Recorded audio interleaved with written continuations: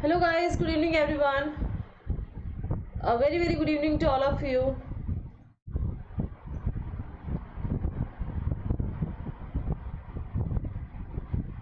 Okay, so guys let me know audio video clear आ रहा है. So फटाफट से बता देंगे. स्टार्ट करते हैं आज के सेशन को.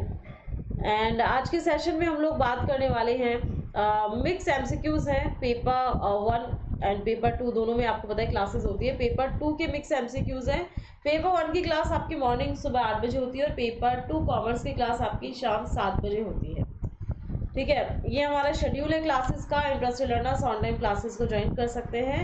और जो भी लर्नर्स इस समय हमारे लाइव आ चुके हैं, एक बार वीडियो को शेयर कर दें अपने दोस्तों के साथ.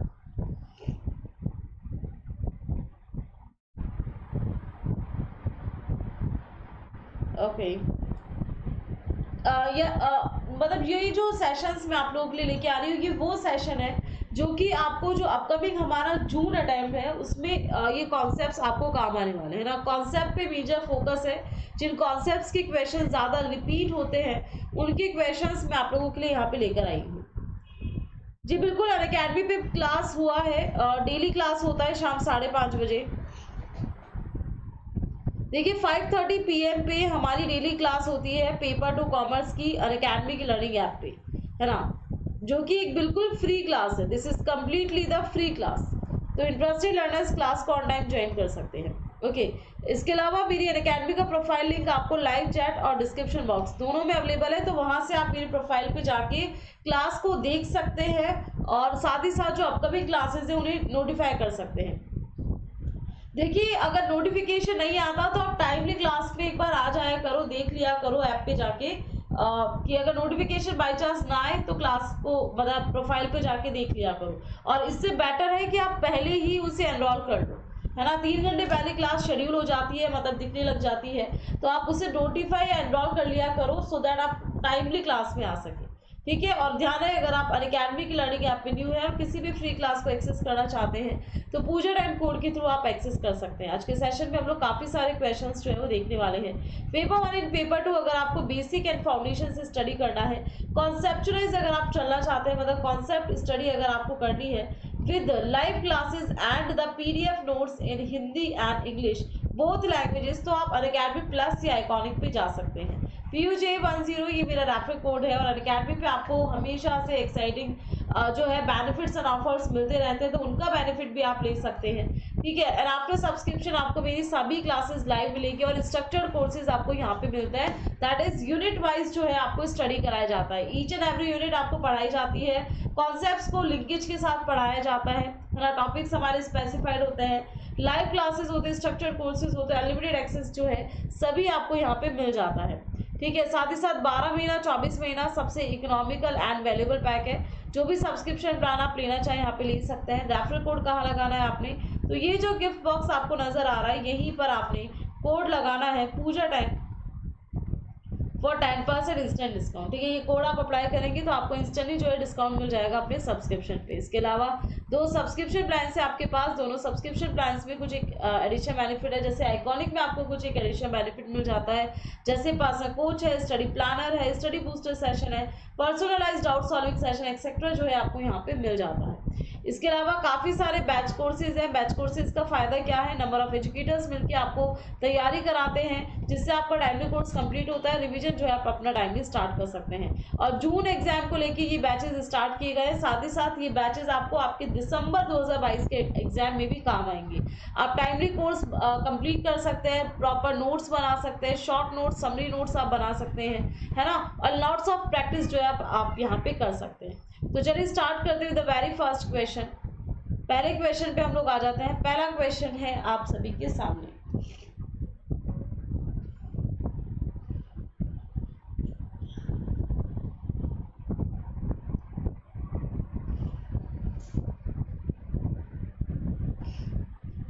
Hello Madhu, welcome to the class.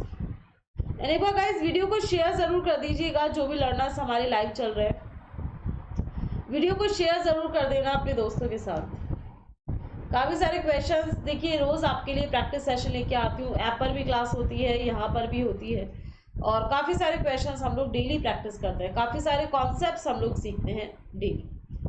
चलिए, सो पहला क्वेश्चन है असर्शन एंड रीजन का है। असर्शन है आपके सामने। The assertion is the perfect competition only exist in a product market in each country and the reason is the barriers are often created to benefit the specific interest group.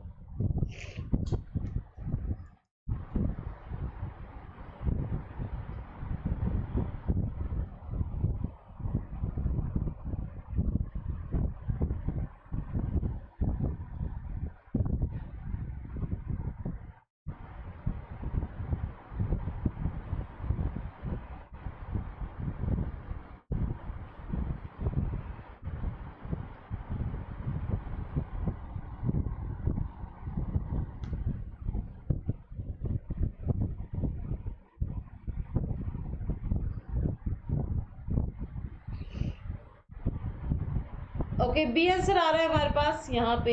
Assertion correct है but reason is incorrect. देखिए यहाँ पे हमारा definitely option number B is the correct answer.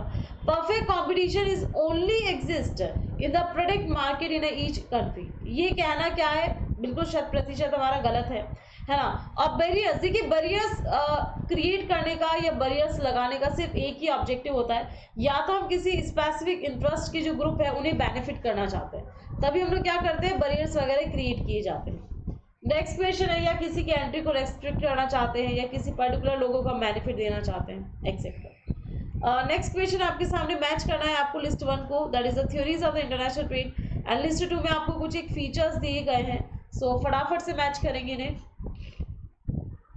theory of mercantilism, theory of absolute advantage, theory of comparative cost and theory of reciprocal demand। ये काफ़ी बार हमने concepts किए हुए हैं, मतलब मैंने आपको बहुत बार थ्योरी से रिलेटेड क्वेश्चन करवाए हैं, किस थ्योरी में किस चीज़ की या किन फीचर्स पे एम्फेसाइज किया है, कौन सी थ्योरी किसके द्वारा दी गई है, ये सभी पे हम लोगों ने बात की हुई है ना। चलिए, सो पहला क्वेश्चन आपके सामने है। सेकंड है ना, सेकंड क्वेश्चन।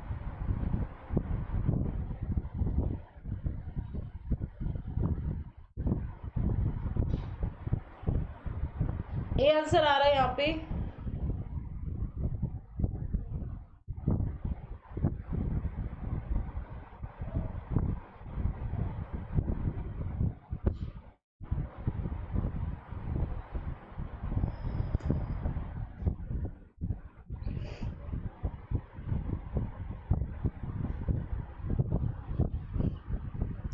ओके, सो यहाँ पे हमारा करेक्ट आंसर जो होगा वो होगा option number A. Option number A is the correct answer. थोड़े से गड़बड़ आंसर आ रहे हैं इस पे हमारे पास, आई थिंक सो। तो option number A is the correct answer. देखो जल्दी जल्दी आंसर क्या करें, थोड़ा सा स्पीड अप करो अपने आप को।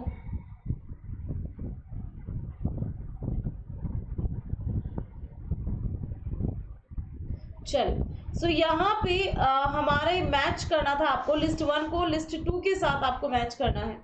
तो इंटरनेशनल ट्रेड की थ्योरी, सबसे पहले बात आ जाती है मर्केंटिलिज्म की थ्योरी। मर्केंटिलिज्म की थ्योरी कहती है कि ज्यादा से ज्यादा एक्सपोर्ट करो, है ना। मतलब आप एक वेल्दी नेशन बन सकते हैं अगर आपके पास जितना ज्यादा, जिस कंट्री के पास जितना ज्यादा ट्रेजर है, गोल्ड है ना, वो क्या है, वेल्दी मानी जाएगी। ये मर्केंटिलिज्म का थ्योरी। मर्केंटिलिज्म कहती है ज्यादा से ज्यादा क्या किया जाए, एक्सपोर्ट किया जाए, ये इस पे एम्फेसाइज करती है। फिर नेक्स्ट हमारे एब्सोल्यूट एडवांटेज की थ्योरी। एब्सोल्यूट एडवांटेज की थ्योरी क्या कहती है कि आप जिसमें बेस्ट हो, जिसमें आप बेस्ट हो उसमें आपको क्या करना है, प्रोडक्शन करना है। और कंपैरेटिव एडवांटेज की थ्योरी कहती है कि अगर आप बेस्ट नहीं हो तो भी आप इंटरनेशनल ट्रेड कर सकते हो। कैसे कर सकते हो, तो आप कर सकते हो अपनी अपॉर्चुनिटी कॉस्ट के बेसिस पे। कैसे कर सकते हैं, अपॉर्चुनिटी कॉस्ट, जिसमें आपकी अपॉर्चुनिटी कॉस्ट कम हो उस प्रोडक्ट का प्रोडक्शन करो और एक्सपोर्ट करो सामने वाली कंट्री को। और theory of reciprocal demand is given by the John Stuart Mill के द्वारा। जो थ्योरी जो है रेसिप्रोकल डिमांड की,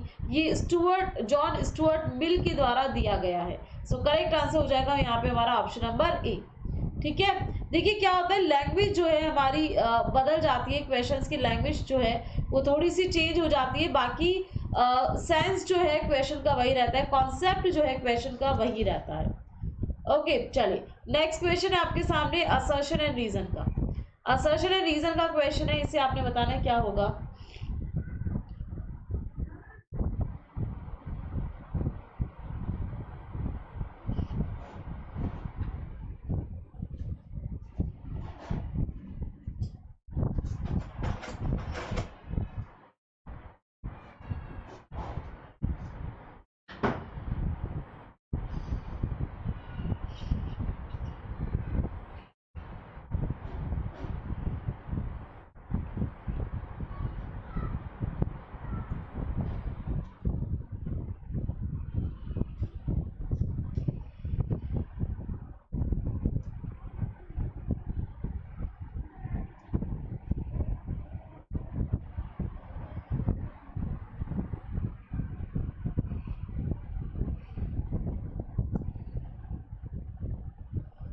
ओके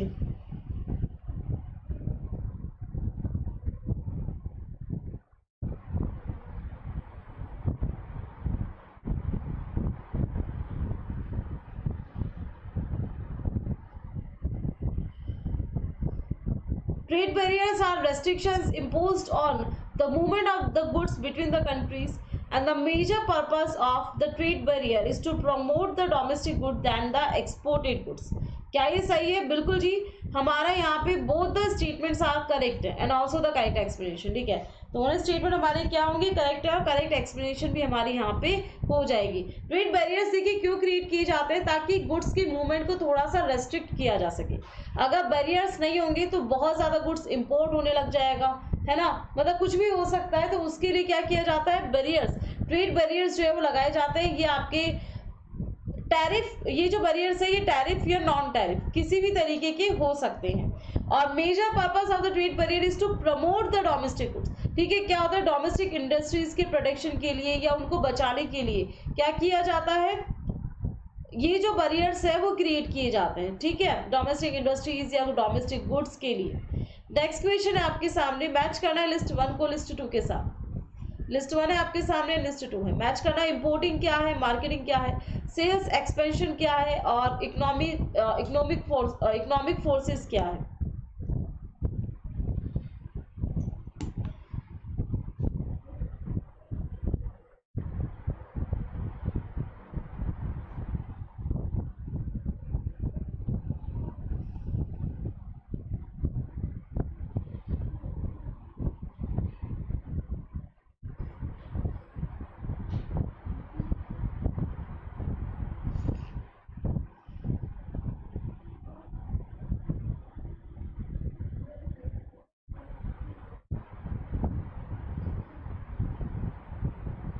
अच्छा क्वेश्चन है ये भी आपके पास, ये भी अच्छा क्वेश्चन है। इंपोर्टिंग क्या है, मार्केटिंग क्या है?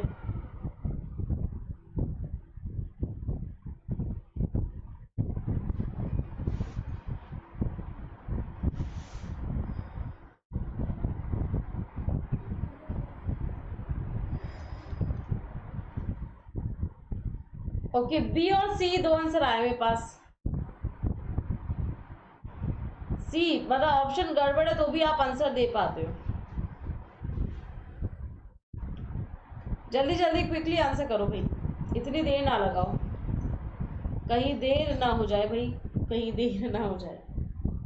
देखो यहाँ पे मेरी बात सुनेंगे, इंपोर्टिंग जो है this is the mode of international trade. There are lots of modes, मतलब इंटरनेशनल बिजनेस में अगर आप जाना चाहते हो तो काफी सारे तरीके हैं। मेजॉरिटी बी, मतलब बी और सी दो आंसर आए हैं, but the correct answer is the option number ए। देखिए मोड्स ऑफ, मैंने आपको बहुत बार इंटरनेशनल बिजनेस के मोड्स बताए हुए हैं। एक्सपोर्ट है ना, एक्सपोर्टिंग है, इंपोर्टिंग है, इसके अलावा आपके जॉइंट वेंचर्स है, सब्सिडरीज है ना, टर्नकी प्रोजेक्ट्स है, ये सारे क्या इंटरनेशनल बिजनेस के में जाने के कुछ एक मोड्स हैं। ठीक है, मार्केटिंग जो है this is the function of the international business. इसके अलावा सेल्स एक्सपेंशन, सेल्स को बढ़ाना, इंक्रीज करना, this is the objective of the international business. And economic forces is the external factor, external influence factor है, ये बाह्य कारक है जो किसी भी कंपनी को प्रभावित करता है ना, एक्सटर्नल फोर्सेस के अंदर आता है। और एक्सटर्नल में भी मैक्रो लेवल का है। देखिए एक्सटर्नल फोर्सेस दो तरीके के होते हैं, micro and macro, micro and macro.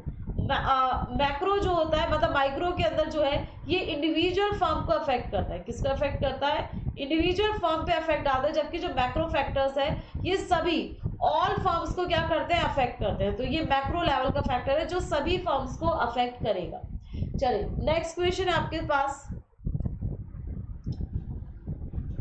Levitt thesis means the context of, in the context of the globalization, the Levitt thesis means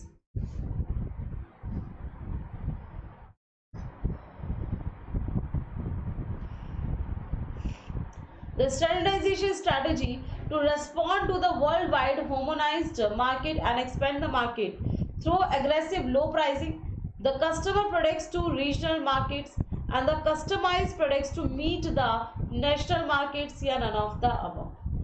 So in the context of globalization, the Levitt thesis means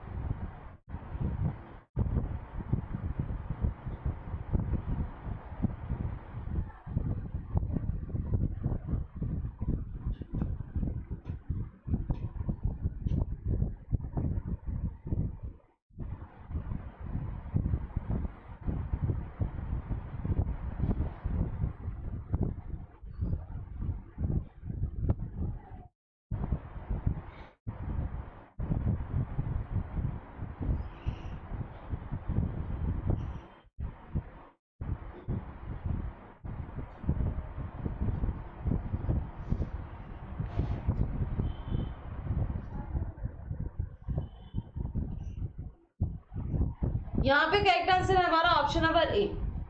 option number A is the correct answer, very good. Levitt thesis means है the standardization strategy. देखिए क्या होता है globalisation में, क्या हो रहा था, जो फिजिकल बाउंड्रीज थी वो अब खत्म हो रही थी। आप ग्लोबलाइज कर सकते हैं, आप ग्लोबलाइजेशन पे जा सकते हैं, मतलब वर्ल्ड इकोनॉमी के साथ आप कनेक्ट कर सकते हैं। अब वर्ल्ड इकोनॉमी के साथ अगर आप कनेक्ट करना चाहते हैं तो उसके लिए आपको स्टैंडर्डाइज स्ट्रैटेजी चाहिए होगी, मतलब अपने प्रोडक्ट को स्टैंडर्डाइज करना होगा। Okay, to respond to the worldwide harmonized market and expand the market through the aggressive low pricing। ठीक है, ये स्ट्रैटेजी जो है हमें अडॉप्ट करनी होगी। नेक्स्ट क्वेश्चन है, देखिए Levitt argues forcefully that advances in the communication and the transportation technologies and increased worldwide travel have harmonized the world market। इसने क्या किया है, हार्मोनाइज किया है वर्ल्ड मार्केट को। ओके चलिए,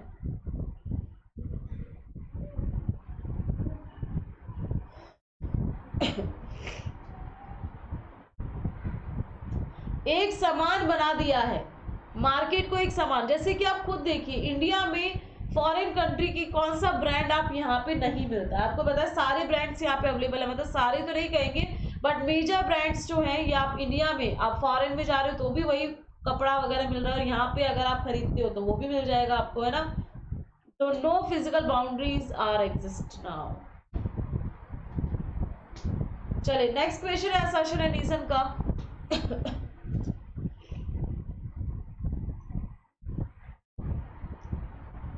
Premium received on the issue of the share is credited to the share premium account but not to the profit and the loss account. Since the share premium is not the trading profit, it is not distributed to the shareholders। क्या correct है बताइए।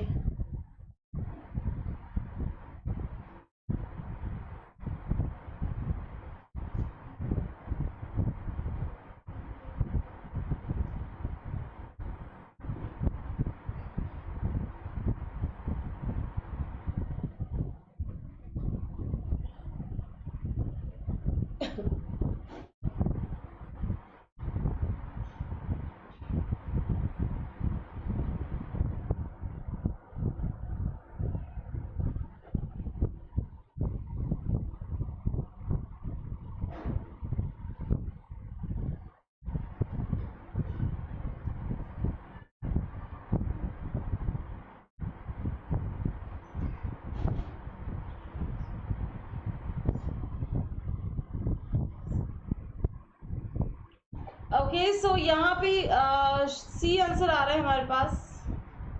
देखिए दोनों यहाँ पे correct है guys and also the correct explanation. तो option number A is the correct answer. क्या कर रहे हो, शेयर प्रीमियम। देखिए premium received on the share is a capital receipt. ये कैसा है हमारा, this is a capital receipt, this is a capital receipt. Okay, capital nature का प्रॉफिट है।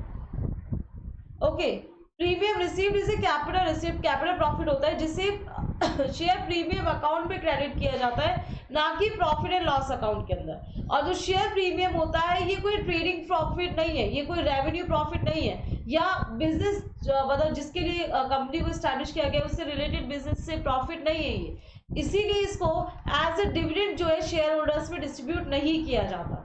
ध्यान रखिएगा, शेयर में मतलब जो डिविडेंड डिस्ट्रीब्यूट किया जाता है शेयर होल्डर्स को, वो किया जाता है आउट ऑफ द रेवेन्यू या फिर करंट ईयर प्रॉफिट। कहाँ से डिस्ट्रीब्यूट किया जाता है, करंट ईयर के प्रॉफिट में से उसे डिस्ट्रीब्यूट किया जाता है। ध्यान रखिएगा। So assertion and reason both are correct and also the correct explanation. चलिए नेक्स्ट क्वेश्चन पे आते हैं। नेक्स्ट क्वेश्चन है असर्शन एंड रीजन।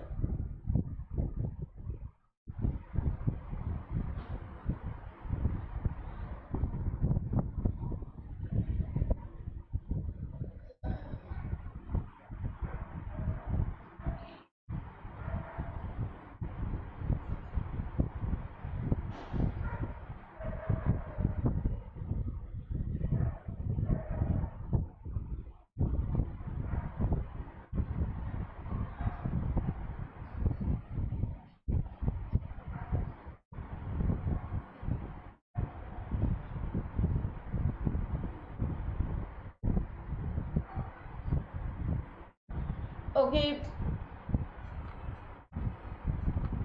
बी और सी दो आंसर आ रहे हैं।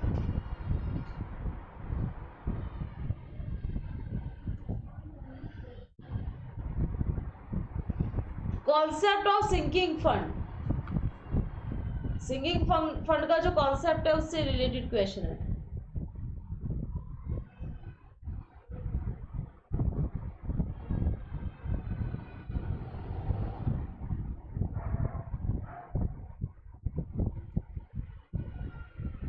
चलिए सो यहाँ पे हमारा जो करेक्ट आंसर होगा, okay so the correct answer is option number B, both the statements are correct. देखिए यहाँ पे दोनों स्टेटमेंट जो है हमारे करेक्ट है। सिंकिंग फंड में क्या किया जाता है, सिंकिंग फंड क्रिएट किया जाता है किसी भी डेट या लाइबिलिटी को पेमेंट के लिए, ठीक है, रीपेमेंट के लिए, ताकि अगर मान लीजिए कोई लाइबिलिटी अराइज हो जाती है तो हम उसे इजीली डिस्चार्ज कर सके। इसलिए ईयर बाय ईयर या क्वार्टर मंथली जैसा भी होता है, एक अमाउंट जो है सेट असाइड कर दिया जाता है, मतलब एक सिंकिंग फंड उसे नाम दिया जाता है, उसमें डाल दिया जाता है, ताकि कोई भी लाइबिलिटी आती है हमें पता होता है कि कौन सी लाइबिलिटी है। ये मेजरली जो डेट वगैरह वाली कंपनीज है ना, वो इस तरीके का फंड जो है वो क्रिएट करती है। तो दोनों बिल्कुल करेक्ट है, क्योंकि ये क्रिएट किया जाता है किसी भी लॉन्ग टर्म लाइबिलिटी के रीपेमेंट के लिए इसे क्रिएट किया जाता है, जहाँ पे एक पोर्शन जो होता है प्रॉफिट का उसे सेट असाइड कर दिया जाता है। तो this is the charge against the profit, P and L account. Okay, B is the correct answer. Next question है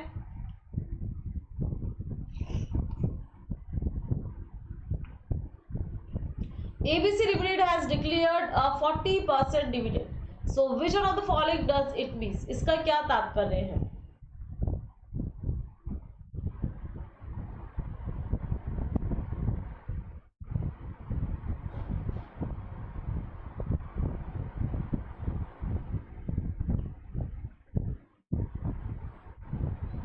अच्छा, ये यहाँ पे ना ये आएगा आपके पेड अप कैपिटल। सो अभी बताना है आपको इस क्वेश्चन का करेक्ट आंसर क्या होगा।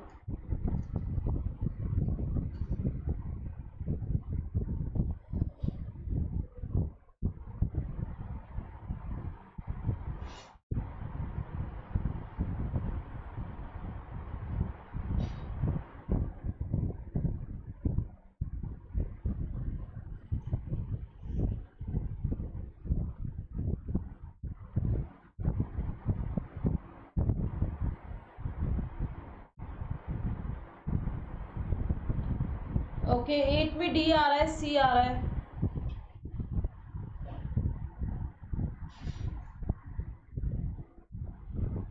डी एंड सी दो आंसर आ रहे हैं।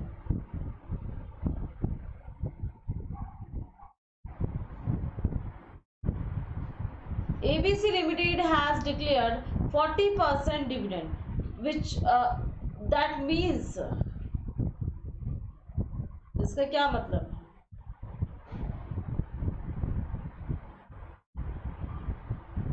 ओके सो यहाँ पे करेक्ट आंसर होगा हमारा द ऑप्शन नंबर, अच्छा दोनों में सी और डी दोनों में पेड अप कर दिया मैंने। यहाँ पे इसको ना कॉल्ड अप कर लेना, ये जो है ये this is the called up capital, called up capital. चलिए कोई बात नहीं, जिन्होंने सी आंसर किया उनका भी करेक्ट है, जिन्होंने डी दिया है उनका भी करेक्ट है। ओके सो देखिए जो 40% डिविडेंड जो डिक्लेयर किया गया है वो डिक्लेयर किया गया है पेड अप कैपिटल पे।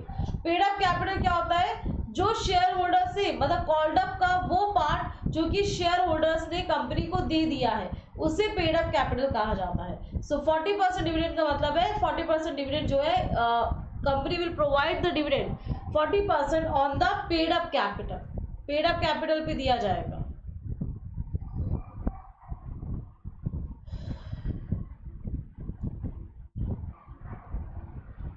चलिए नेक्स्ट क्वेश्चन है आपके सामने।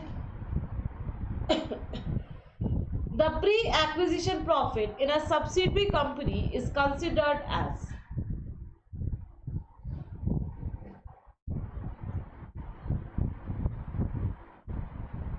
the pre-acquisition profit in a subsidiary company is considered as revenue profit, capital profit, goodwill या फिर minority interest।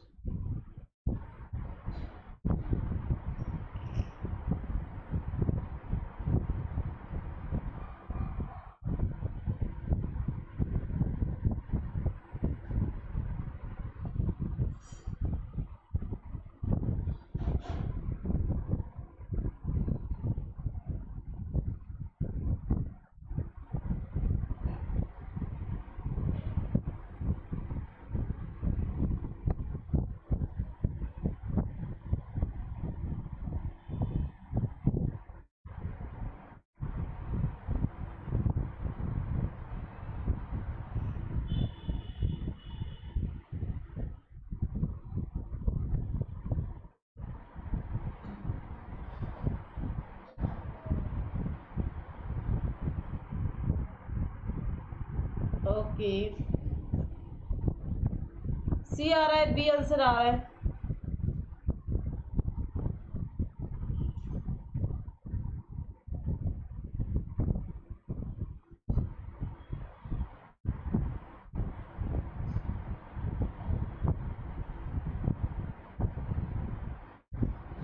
यहाँ पे देखिए करेक्ट आंसर होगा option number B. The option number B capital profit is the correct answer. जो pre acquisition profit होता है subsidiary company में उसे जो है कैपिटल प्रॉफिट लिया जाता है, ठीक है, प्री एक्विजिशन पहले का प्रॉफिट। नेक्स्ट क्वेश्चन है if there is a mutual indebtedness between the transfer company and the transfer company in the business combination which of the following is the correct. तो इनमें से कौन सा सही होगा?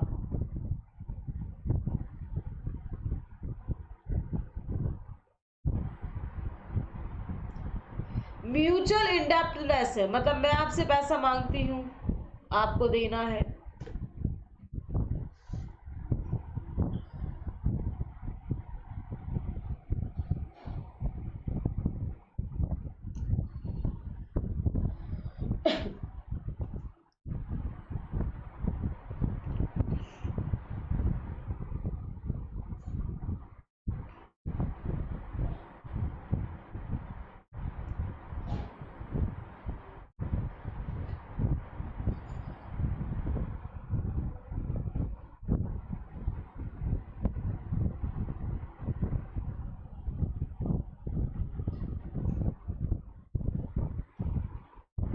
अरे भाई क्विकली आंसर करो, जल्दी जल्दी आंसर करें ताकि ज़्यादा क्वेश्चंस हम लोग प्रैक्टिस कर सकें। ओके यहाँ पे करेक्ट आंसर है ऑप्शन नंबर ए। अगर देखिए म्यूचुअल इंडेप्टनेस का जो सिचुएशन होता है उस केस में no adjustment is required in the books of the transfer company. Transfer company की जो बुक्स है उसमें कोई भी एडजस्टमेंट की हमें ज़रूरत नहीं होती है। Option number A is the correct answer. Next question है, देखिए अगर आपको वीडियो क्लियर नजर नहीं आ रहा है तो एक बार अपना रिजोल्यूशन जो है वो इंक्रीज कर ले, क्योंकि मेरे यहाँ से क्लियर है, ठीक है, ऑल क्लियर। मैं अपने फ़ोन पे देख पा रही हूँ मेरी क्लास को, यहाँ से सब कुछ क्लियर जा रहा है, कोई बफरिंग नहीं है, वीडियो भी सभी कुछ सही सही साफ साफ नज़र आ रहा है, ठीक है, जैसा कि मैं देख पा रही हूँ सब कुछ क्लियर है। ओके चलो, तो नेक्स्ट क्वेश्चन आपके सामने, इसे बताना है आपने। When a monopolist is able to sell the each separate unit of the output at a different price according to the pocket of the customer he is apply, यहाँ पे कौन सी डिग्री का प्राइस डिस्क्रिमिनेशन जो है apply किया जा रहा है? फर्स्ट डिग्री, सेकेंड डिग्री या थर्ड डिग्री या नन ऑफ द अबव, या कोई डिग्री ही यूज नहीं हो रही?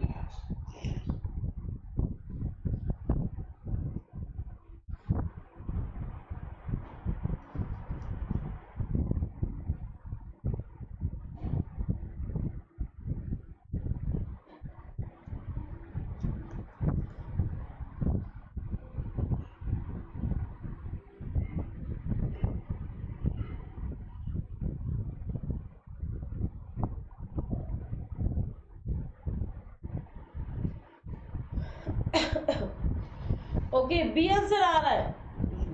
देखिए there is some degrees of the price discrimination, price discrimination की कुछ एक डिग्री होती है, मैं आपको बता दूं। फर्स्ट डिग्री जो होती है, the first degree of price discrimination, इसमें क्या होता है? First degree of price discrimination में क्या होता है? कंज्यूमर सरप्लस जो होता है वो जीरो होता है, ध्यान रखिएगा। In the first degree of the price discrimination the consumer surplus is zero, मतलब कंज्यूमर को कोई प्रॉफिट नहीं दिया जाता। जबकि in the second degree of the price discrimination consumer surplus जो है, मतलब कंज्यूमर को प्रॉफिट का एक हिस्सा दे दिया जाता है, वन पार्ट जो है ये दे दिया जाता है, मतलब कुछ हिस्सा कंज्यूमर को दे दिया जाता है। और in the third degree of the price discrimination जो है डिफरेंट प्राइजेस चार्ज की जाती है, डिफरेंट प्राइस होती है, डिफरेंट प्राइस होती है for the each customer, her customer के लिए अलग प्राइस जो है वो रखी जाती है। तो 3 डिग्री होती है प्राइस डिस्क्रिमिनेशन की। तो यहाँ पे हमारा जो करेक्ट आंसर होगा वो होगा ऑप्शन नंबर सी। सी होगा, ए नहीं होगा, ए नहीं होगा, सी होगा, ठीक है, different prices for the same product. तो option number C is the correct answer. D कहां से आंसर कर रहे हो? नन ऑफ द अबव कहां से आंसर कर रहे हो?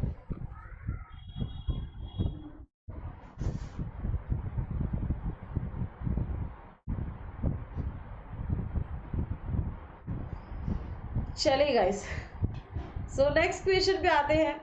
The question is in which type of the market do you have the largest number of firms?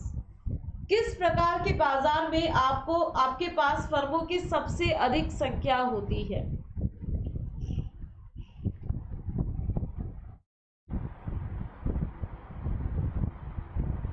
The largest number of firms किस मार्केट में देखने को मिलती है?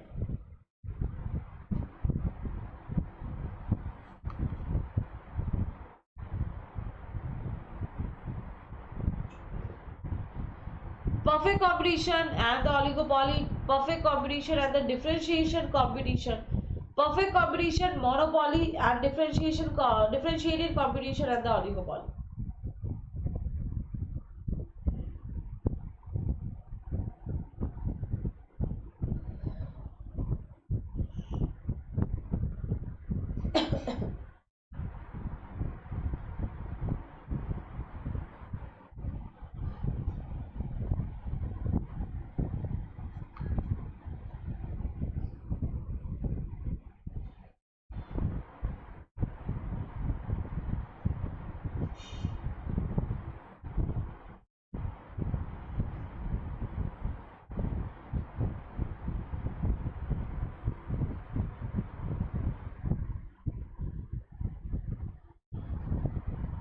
ओके चलो, यहाँ पे हमारा करेक्ट आंसर है option B, perfect competition and the differentiated competition, जिसे आप इम्परफेक्ट कॉम्पिटिशन भी कह सकते हैं। This is also known as the imperfect competition. इसे जो है आप इम्परफेक्ट कॉम्बिनेशन भी कह सकते हैं। तो यहाँ पे जो है लार्जेस्ट नंबर ऑफ फॉर्म्स जो है देखने को मिलती है, किसमें? Perfect combination and imperfect combination के केस में। Option number B is the correct answer. ठीक है, चलिए नेक्स्ट क्वेश्चन पे आते हैं। In the short run the firms in a perfect combination will still produce provided. अल्पावधि में पूर्ण प्रतियोगिता में फर्म अभी भी उत्पादन करेगी बशर्ते the price covers the average variable cost, the price covers the variable cost, the price covers the average fixed cost and the price covers the fixed cost.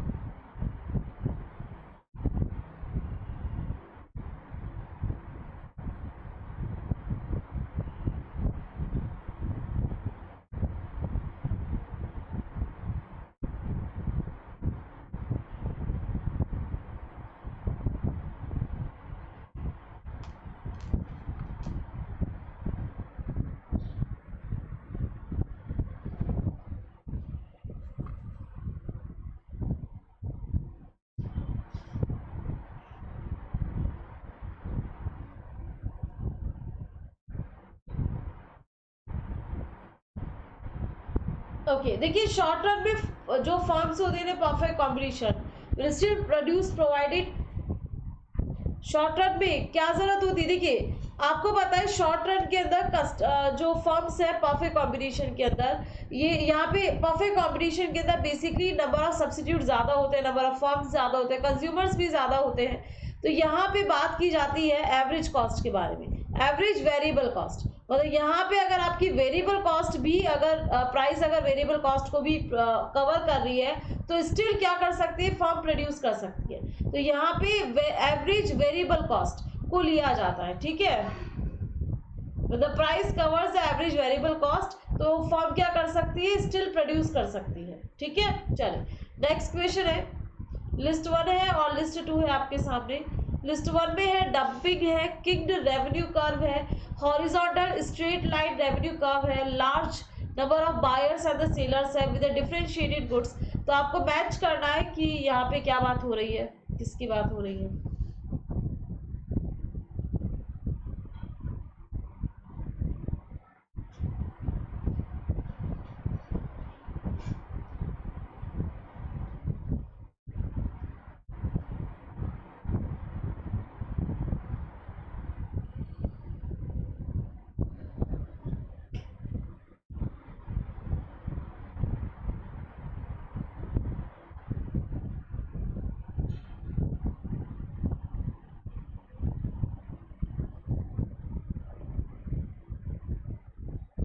सी आ रहा है यहाँ पे हमारे पास आंसर।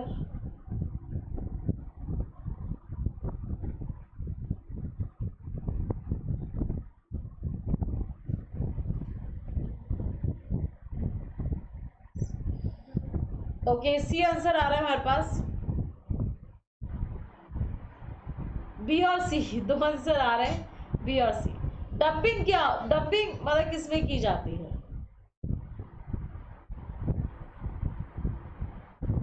डंपिंग जो है ये यूज की जाती है आपके डिस्क्रिमिनेटिंग मोनोपोली के अंदर।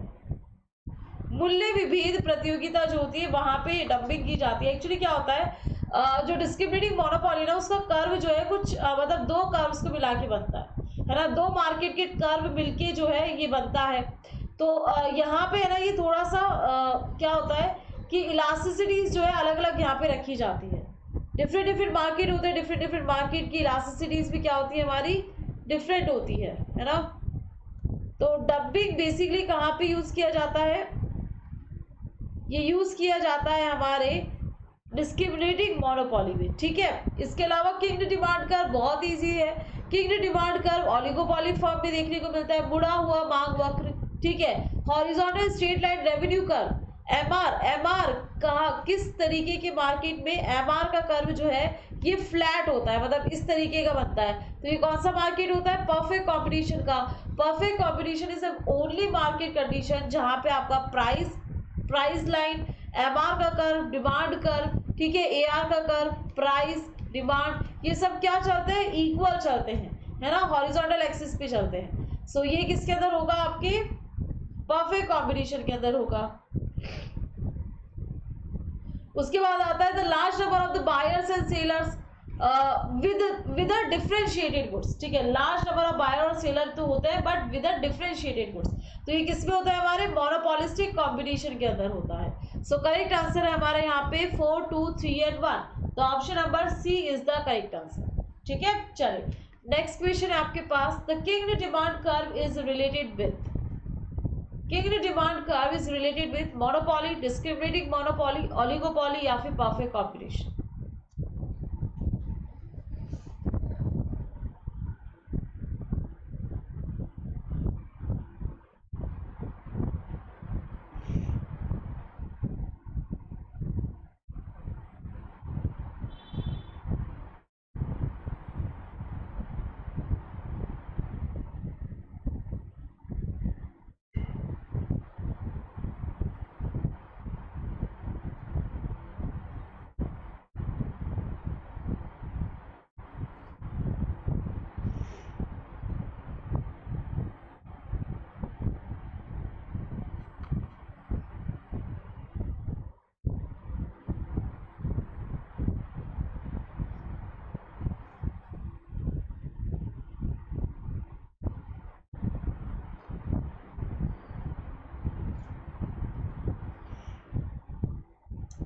Battery low.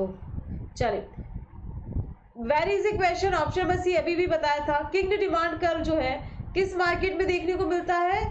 ओलिगोपोली मार्केट में। किंग डिमांड कर्व कैसा बनता है? इस शेप का बनता है, मतलब मुड़ा हुआ बनता है। ये आपका यहाँ से ये जो है ये मुड़ा हुआ होता है, इसलिए इसे किंग्ड बोलते हैं। किंग्ड का मतलब होता है मुड़ा हुआ,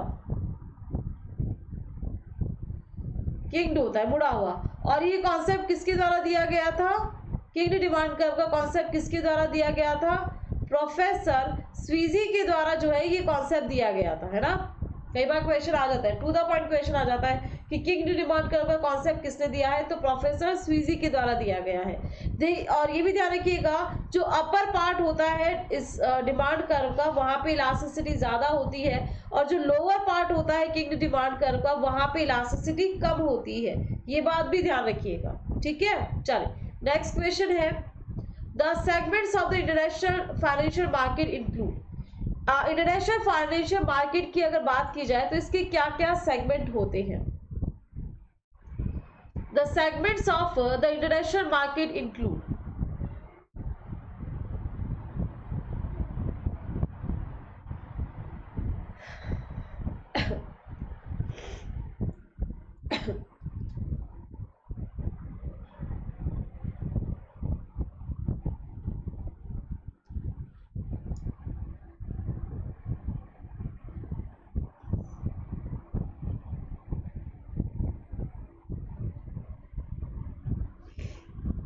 foreign exchange, international arbitrage, international money market, international bond market.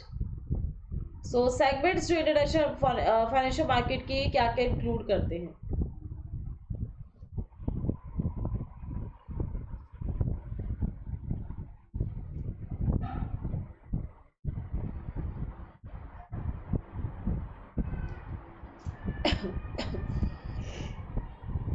सी आ रहा है, बी आ रहा है, डी सी बी, मतलब बी सी डी, तीनों आंसर आ चुके हैं, ये तो नहीं आया।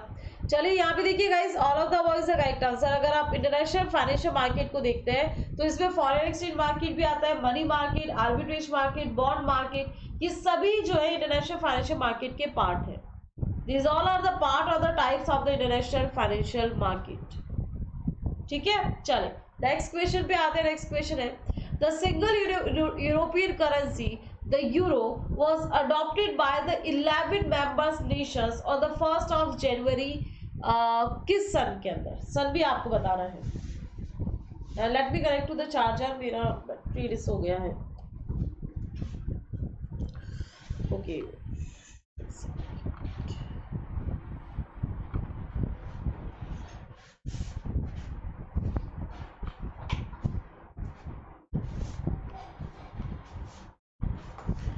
ओके मेरा तो नहीं, लैपटॉप की बैटरी जो है डिस हो गई थी, बट नाउ कनेक्टेड। ठीक है,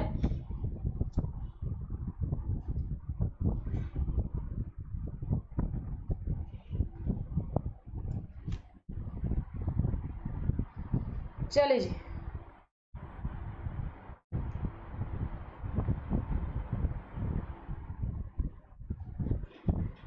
सो नेक्स्ट क्वेश्चन है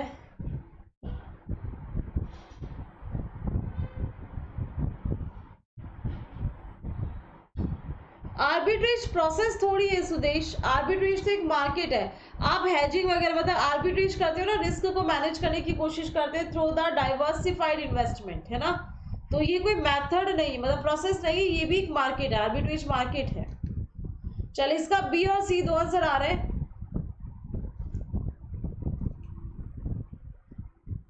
The single European currency, the euro, was adopted by the 11 member nation on the 1st of January.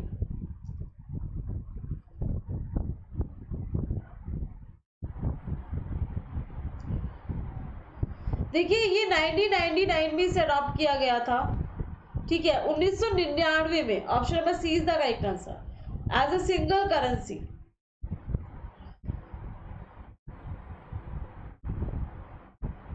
जब मास्ट्रिक्ट ट्रीटी हुआ था तो उस समय ये जो है ये रखा गया था। 1992 में मास्ट्रिक्ट ट्रीटी हुआ था ना ईयू में, तो उस टाइम ये रखा गया था कि एक सिंगल करेंसी जो है हमें यूज की जानी चाहिए with in the member countries, जो 11 मेंबर नेशन से वहां पे। तो फिर ये ऑफिशियल हो गया था 1999 में। Option number C is the correct answer. ठीक है, ये ईयू का थोड़ा सा हिस्टोरिकल क्वेश्चन है ईयू से रिलेटेड। ईयू क्या है आपका? Region economic integration of the European countries. ठीक है, so option number C is the correct answer. Next question है आपके सामने the monetary policy of for the countries using the euro as a currency is now conducted bye.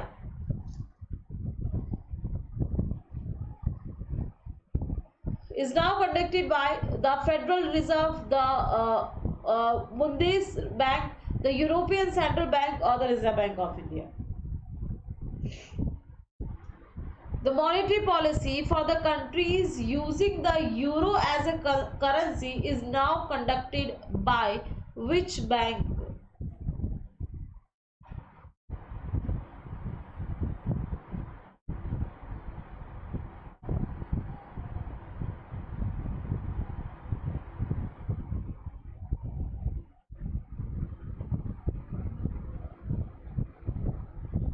देखिए यहाँ पे around मैं आपको बता दूं 19 मतलब 19 कंट्रीज के आसपास है। There are around 90 countries which are using euro as a single currency, जो क्या कर रही है यूरो को as a single currency use कर रही है। यूरो को क्या कर रही है एज ए सिंगल करेंसी जो है वो यूज कर रही है। सो उसमें से जो है इसे मैनेज करने का काम कौन कर रहा है? ठीक है, that is the European central bank. ये जो मैनेजमेंट का काम है ना ये किसके द्वारा किया जा रहा है? यूरोपियन सेंट्रल बैंक के द्वारा किया जा रहा है। तो option number C is the correct answer. Option number C. Any confusion guys? Guys एक बार वीडियो को लाइक और शेयर कर दे। जो भी लर्नर्स इस समय हमारे लाइव चल रहे हैं एक बार वीडियो को लाइक और शेयर कर दे। आरबीआई कैसे करेगा भाई? यूरोपियन कंट्रीज को RBI reserve bank of India कैसे रेगुलेट करेगा मुझे बताओ? ये तो हो ही नहीं सकता, है ना। कंफ्यूजन इन तीन ऑप्शन में हो सकता था, बट ध्यान रखिएगा यूरोपियन सेंट्रल बैंक जो है ये 19 जो कंट्रीज है जो कि अभी यूरो की मेंबर्स है, जितने भी यूरो की मेंबर कंट्रीज है जो यूरो को as a central currency use कर रही है, उनको मैनेज करने का काम जो है यूरोपियन सेंट्रल बैंक के द्वारा किया जाता है। ठीक है, ये ध्यान रखिए। चलिए नेक्स्ट क्वेश्चन आपके सामने statement number 1 and statement number 2 है। A forward contract is an agreement between the two entities to buy or sell the underlying asset at a future date at today's pre-agreed price। क्या ये correct है? Forward contract के बारे में पूछा गया है। फिर options trading in a commodity takes place in India commodity exchanges. Option trading, forward contract क्या है और ऑप्शन ट्रेडिंग क्या है?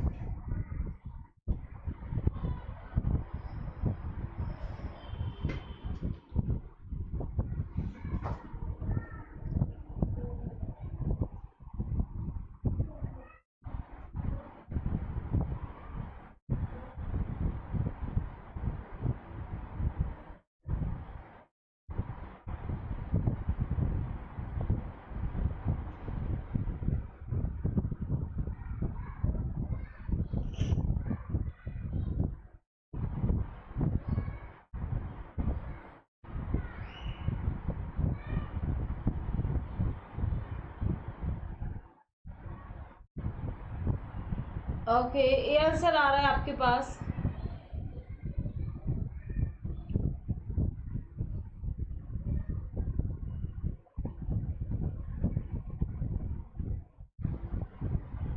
ए, both are true.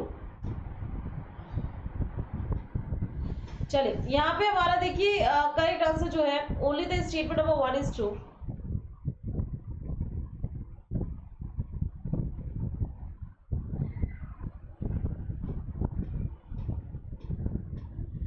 Statement number 1 जो है ये बिल्कुल सही है। Forward contract is an agreement between the two entities to buy और sell the underlying asset at a future date at a today's pre agreed price.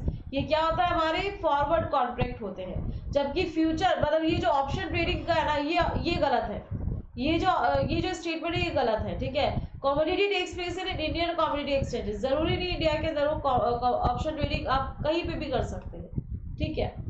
Next question आपके सामने और लिस्ट 1 है और लिस्ट 2 को मैच करना है। इजी क्वेश्चन है, आराम से हो जाएगा।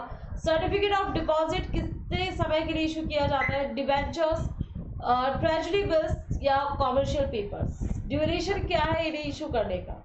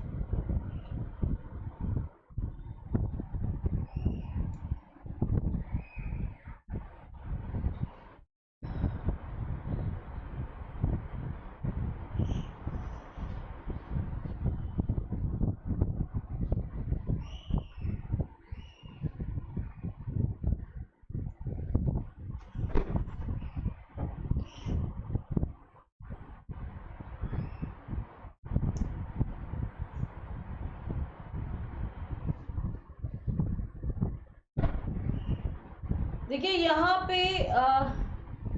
नहीं पता आंसर। बी, वेरी गुड पूजा जी, बिल्कुल जी। ऑप्शन में देखिए बी यहाँ पे करेक्ट आंसर होगा। ट्रेजरी बिल्स आपको पता है नंबर ऑफ डेज क्या होता है? 91 डेज की, 90 डेज के लिए 182 डेज या 364 डेज, है ना। मतलब 14 डेज, 27 डेज। इस डिनोमिनेशन में जो है टी बिल्स को इशू किया जाता है। सर्टिफिकेट ऑफ डिपॉजिट 3 से 5 महीने की अवधि के लिए इशू किए जाते हैं, मैक्सिमम 6 महीना हो सकता है। इसके अलावा डिबेंचर्स लॉन्ग टर्म पीरियड से रिलेटेड होता है और कॉमर्शियल पेपर्स 1 से लेके 270 दिनों की अवधि के लिए इशू किए जा सकते हैं, ठीक है। So option number B is the correct answer. B जो है हमारे यहाँ पे करेक्ट आंसर हो जाएगा, ठीक है।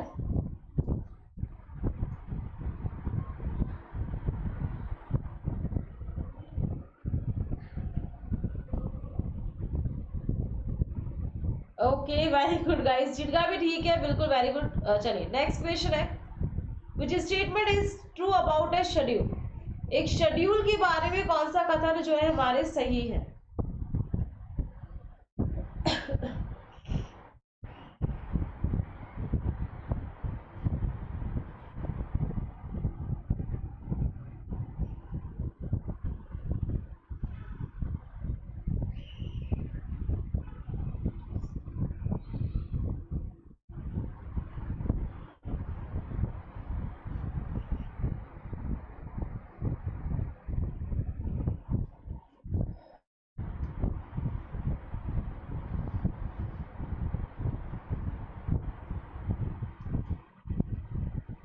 Collects primary data, collect the secondary data, and it collects the qualitative data.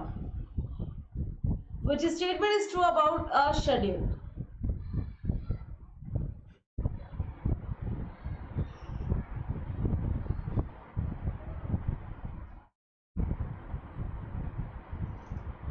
Okay, A और बी दो आंसर आ रहे हैं इस क्वेश्चन को। ए एंड बी दो आंसर आ रहे हैं। वेरी इजी क्वेश्चन है गाइस वैसे तो। Option number B is the correct answer. That is यहाँ पे देखिए शेड्यूल वगैरह जो है, शेड्यूल, क्वेश्चन या इंटरव्यूज जो है, इनका यूज किया जाता है प्राइमरी डेटा कलेक्शन के लिए, ठीक है। और what is the difference between the schedule and A questionnaire? Schedule और क्वेश्चनियर में डिफरेंस क्या होता है? शेड्यूल जो है ये एन्यूमरेटर के द्वारा फिल किया जाता है, जबकि क्वेश्चनियर जो है रेस्पोंडेंट के द्वारा फिल किया जाता है। शेड्यूल जब इलिटरेट अगर आपकी पॉपुलेशन है, सैंपल है, तो उस केस में शेड्यूल यूज किया जाता है, ठीक है। और शेड्यूल से ध्यान रखिएगा क्वालिटेटिव या क्वांटिटेटिव कैसा भी डाटा मिल सकता है। वैसे तो ऑप्शन नंबर 3 भी करेक्ट है, बट हमारे पास क्योंकि ऑप्शन नहीं था इसीलिए हम लोग ओनली जो वन स्टेटमेंट है उसे करेक्ट करेंगे। और ऑप्शन नंबर 2 तो डेफिनेटली इनकरेक्ट है, ठीक है। ऑप्शन नंबर 2 तो क्या है हमारा, डेफिनेटली इनकरेक्ट हो जाएगा। चलिए नेक्स्ट क्वेश्चन है। If the probability of the inclusion of the every unit of the population in a sample is equal, it is called, इसे क्या कहा जाएगा?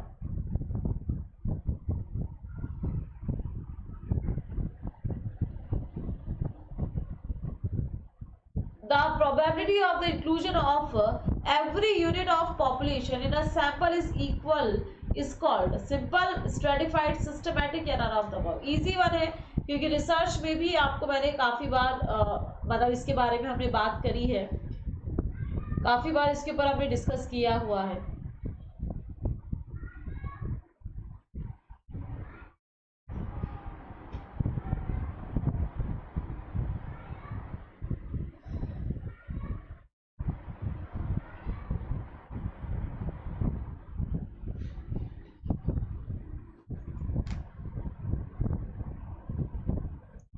That is known as the 22 में ए और बी दो आंसर आ रहे हैं। Option number A is the right answer guys. This is the simple random sampling. सबके सिलेक्शन का चांस इक्वल है, दैट इज सिंपल रैंडम, है ना। रैंडम सैम्पलिंग भी बोल दीजिए। यहाँ पे कोई ग्रुपिज्म नहीं हो रहा या फिर यहाँ पे किसी सिस्टम के अकॉर्डिंग रैंडमली चूज नहीं किया जा रहा। यहाँ पे मोर एप्रोप्रिएट या जनरलाइज आंसर है हमारा option number A, that is the simple random sampling. Simple random sampling is the correct answer, ठीक है।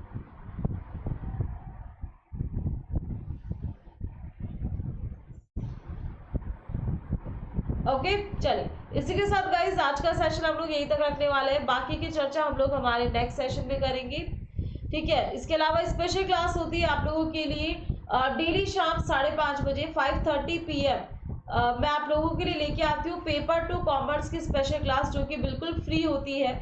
और ये कहाँ पे होती है आपके लिए? अनअकैडमी की लर्निंग ऐप पे फ्री क्लास होती है। और इस स्पेशल क्लास में आपको काफ़ी सारे बेनिफिट्स मिल जाते हैं। मेरी अनअकैडमी का प्रोफाइल लिंक आपको लाइव चैट और डिस्क्रिप्शन बॉक्स दोनों में अवेलेबल है, तो वहाँ से आप मेरी प्रोफाइल को फॉलो करके और ये क्लासेस आप ज्वाइन कर सकते हैं। पेपर 1 एंड पेपर 2 दोनों की क्लास होती है। और अगर आप अनअकैडमी की लर्निंग ऐप पे न्यू है और किसी भी फ्री क्लास को अगर आपको एक्सेस करना हो तो पूजा टाइम कोड के थ्रू आप एक्सेस कर सकते हैं। साथ ही साथ अगर आपको प्लस या आइकॉनिक कोई भी सब्सक्रिप्शन प्लान पे जाना है, अगर आपको कॉन्सेप्ट स्टडी करनी है, चाहे आप जून एग्जाम के लिए तैयारी कर रहे हो या फिर आप दिसंबर एग्जाम के लिए तैयारी कर रहे हो, दोनों ही टैब्स में ये जो कोर्सेज है आपको काम आने वाले हैं। PUJ10 ये मेरा रेफरल कोड है। अनअकैडमी की किसी भी सब्सक्रिप्शन के लिए रेफरल कोड आप लगा सकते हैं। एंड आपको PDF नोट्स जो है मेरी सभी क्लासेस की हिंदी एंड इंग्लिश लैंग्वेजेस दोनों में अवेलेबल है विद लाइव क्लासेस। तो इसके अलावा कोई भी इनएप्रोप्रिएट कंटेंट आपको वीडियो में नजर आए तो डेफिनेटली आप रिपोर्ट कर सकते हैं। इसके लिए भी आपको फॉर्म जो है डिस्क्रिप्शन बॉक्स में अवेलेबल है. Okay, and thank you so much guys for taking the class, and do like and share the video.